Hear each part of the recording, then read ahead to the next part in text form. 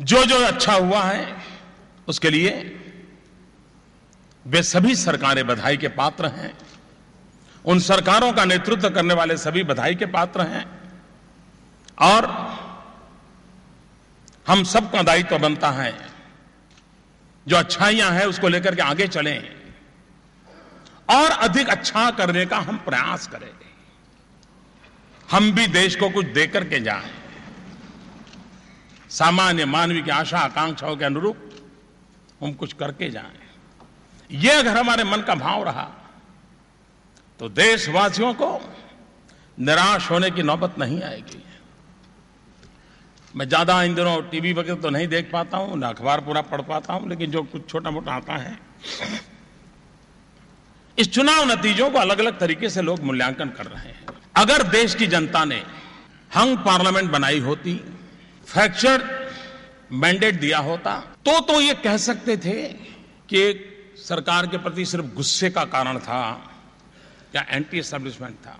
वो तब होता कि सिर्फ फ्रैक्चर मैंडेट होता, लेकिन पूरी प्रक्रिया में इनका छोटा मोटा एलिमेंट रहता है, उसका कोई इनकार नहीं करता है। लेकिन भारतीय जनता पार्टी को संपूर्ण बहुमत देने का मतलब होता है लोगों ने आशा और विश्वास के लिए मतदान किया है। ये पूरा वर्डिक्ट होप से है। और आपको स्मरण होगा जब अपनी राष्ट्रीय परिषद मिली थी, उस दिन मैंने कहा था कि चुनाव आशा का चुनाव है, होप का चुनाव, और जनता ने उसी प्रकार से चले। 2013 में हमारी राष्ट्रीय परिषद मिली थी तालकटोरा में, और गुजरात में फिर एक बार हम सरकार बना करके आए थे और पार्टी ने हम लोगों का बड़ा सम्मान किया था। उस दिन एक बात मेरे मुंह से निकली थी, और मैं ये 2013 के जनवरी फरवरी की बात करता हूं, और मेरे से मुंह से एक बात निकली थी, पार्टी के सभी साथियों को मैं उसका स्मरण दिलाना चाहता हूं। उस दिन मैंने कहा था, हम चले या न चले देश चल पड़ा। ये आवाज मेरे मुंह से निकली थी।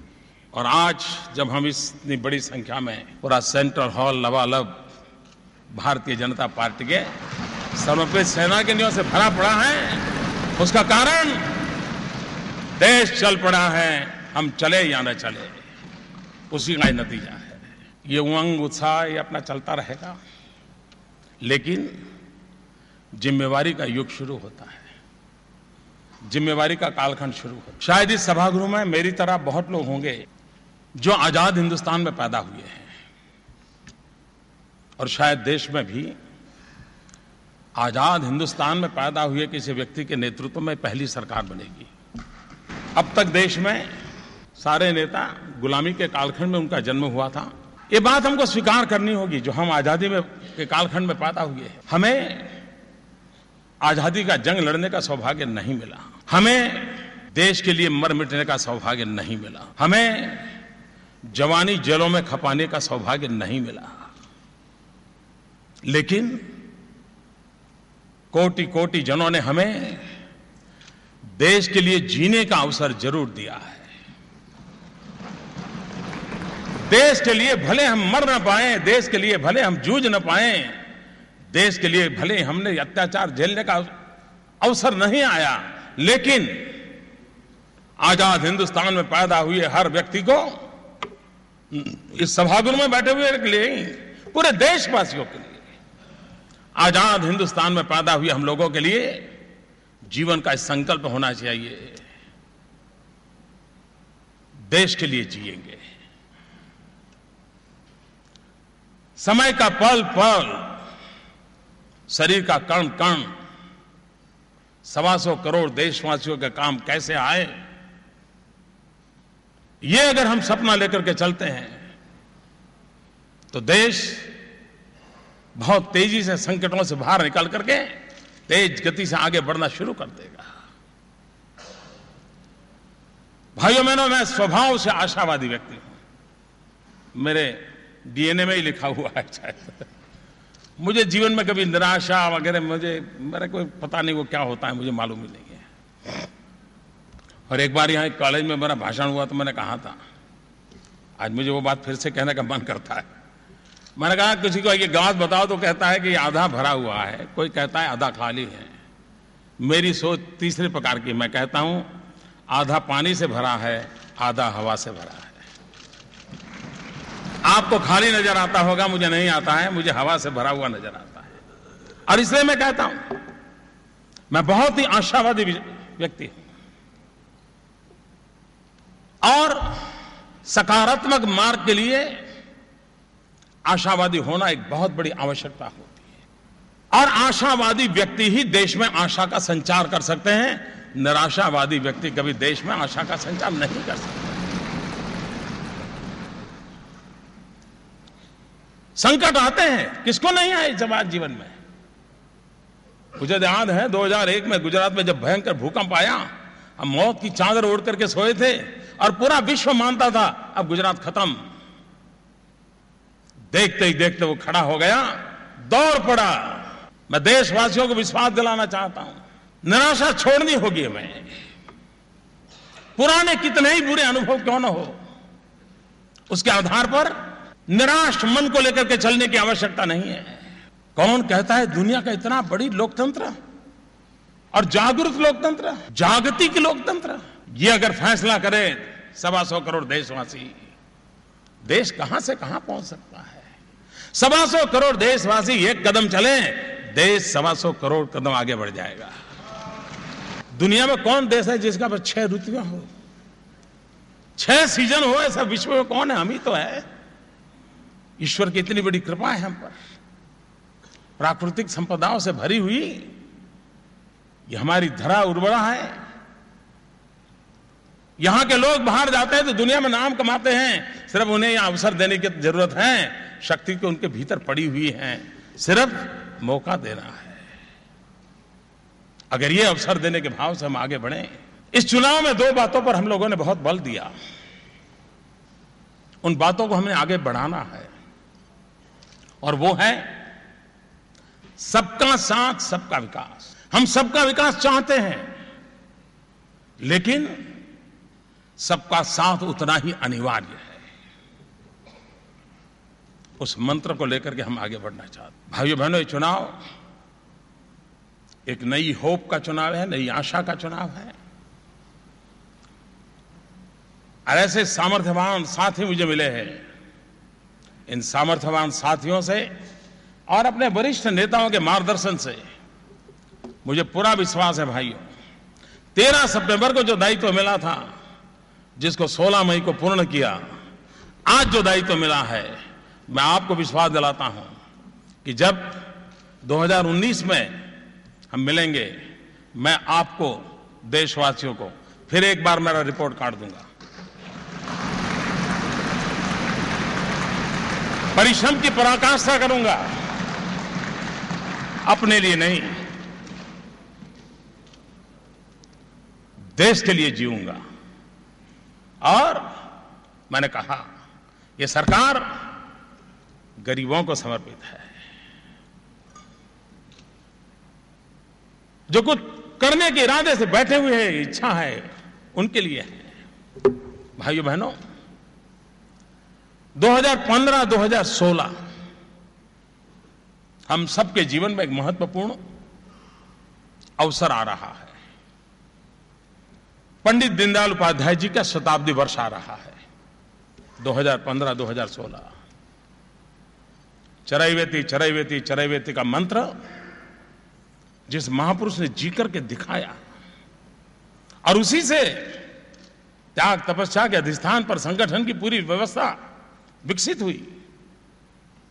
अभी से 2015-16 में पंडित दीनदयाल उपाध्याय जी के शताब्दी का पर्व कैसे हो, सामान्य व्यक्ति के जीवन में शुचिता का आग्रह कैसे हो। पंडित दीनदयाल उपाध्याय जी ने हमने जो रास्ते दिखाए थे, उसमें विचार की जितनी ताकत थी, उससे ज्यादा ताकत आचार की थी। और आचार परमो धर्म, किस भाव से हम चले हुए लोग हैं, उसको हम कैसे निभाएं। पंडित दीनदयाल उपाध्याय जी के शताब्दी पर्व के लिए पार्टी भी सोचे, सरकार भी सोचे, और दरिद्र नारायण की सेवा, अंत्योदय, ये पंडित दीनदयाल उपाध्याय जी ने हमें दिए हुए हैं। और तब मैं कहता हूं ये सरकार गरीबों के लिए है, क्योंकि दीनदयाल जी के शताब्दी वर्ष में है ये सरकार होगी। भाइयों बहनों, वैश्विक परिवेश में भारत के इस चुनाव को और चुनाव नतीजों को बहुत ही सकारात्मक रूप से देखा जा रहा है। और जो पहला संदेश जाता है वो विश्व में भारत का रुतबा पैदा करता है। तो देश के कोटि कोटि जनों ने किसी दल की सरकार बनाई ऐसा नहीं है, किसी व्यक्ति को प्रधानमंत्री बनाया ऐसा नहीं है। देश के कोटि कोटि जनों ने इतना उत्तम मैंडेट देकर के विश्व के सामने भारत का सर ऊंचा करने का अवसर पैदा किया। इस चुनाव को कौन जीता कौन हारा वो दायरे से देखने का समय वक्त चला गया। ये वो नतीजे हैं जो विश्व को भारत के लोकतांत्रिक सामर्थ्य की ओर आकर्षित करने वाले हैं। और अब देश जिन लोगों के मन में निराशा थी, दुनिया के कई देश भारत से बहुत अपेक्षाएं करते थे, आशा हिंदुस्तान के सामान्य मानवी में जगी है, वैसी आशा विश्व के मानवतावादी ताकतों में भी बढ़ी है। ये अपने आप में वैश्विक परिवेश में मैं इसको शुभ संकेत मानता हूं। भाइयों बहनों, मैं फिर एक बार पूरे अभियान में लाखों कार्यकर्ताओं ने जो परिश्रम किया है, और एक बात समझिए भाइयों, ये मोदी जो आपको दिख रहा है ना, और मीडिया के मित्र भी समझे, और देशवासियों को मैं कहना चाहता हूं, मोदी आपको दिखता है इसलिए नहीं कि मोदी बहुत बड़ा है। मोदी इसलिए दिख रहा है कि मेरे पार्टी के वरिष्ठ नेताओं ने मुझे अपने कंधे पर बिठाया है।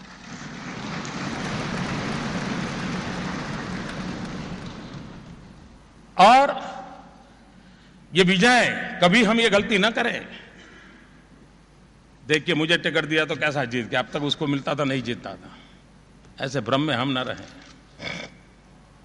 आज हमने जो कुछ भी पाया है वो 5 पीढ़ी खप गई है तब आया है।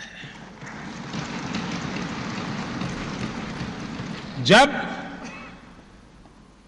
जनसंघ शब्द सुनकर के लोगों को समझ नहीं आता ये लोग कौन है, कोई धार्मिक संगठन है कि राजनीतिक संगठन, ये भी पता नहीं था। उस जमाने से दीवारों पर दिया जलाते जलाते खपे हुए अनेक परिवार हैं। मैं आज उन सभी पीढ़ियों को जिन्होंने राष्ट्रवादी विचार को लेकर के अपने अपने तरीके से तपस्या की है, जीवन खपाए हैं, उन सबको नतमस्तक होकर के नमन करता हूं। और हम भी न भूलें, हम आज अपने कारण यहां नहीं हैं, हम आज उन तपस्या के कारण यहां हैं। अगर इतना सा मन में हमेशा बना रहा, मैं नहीं मानता हूं कि हमें कभी भी समाज के लिए, दल के लिए, साथियों के लिए शिकायत का अवसर आएगा, कभी नहीं आएगा। और इसलिए भाइयों बहनों, ये विजय भी हमारा नहीं है, उन 5 पीढ़ियों की तपस्या का है। ये विजय वर्तमान के उन लाखों कार्यकर्ताओं के पुरुषार्थ का है। और ये भारतीय जनता पार्टी संगठन के अधिष्ठान पर चलने वाली पार्टी है। हमारी ताकत संगठन है। हम में से कोई न संगठन से ऊपर हैं न संगठन से परे हैं, वही हमारे लिए सर्वोपरि हैं। उस भाव को लेकर के हम आगे की जिम्मेवारियों को निभाएंगे। फिर एक बार आडवाणी जी ने आशीर्वाद दिए, आप सबने मुझे एक नई जिम्मेवारी दी है। मैं भली भांति पूरी कोशिश करूंगा कि आपने मुझसे जो अपेक्षाएं की हैं, उन अपेक्षाओं में कभी भी आपको नीचा देखने का अवसर नहीं आएगा, ये विश्वास दिलाता हूं। फिर एक बार आप सबका बहुत बहुत धन्यवाद।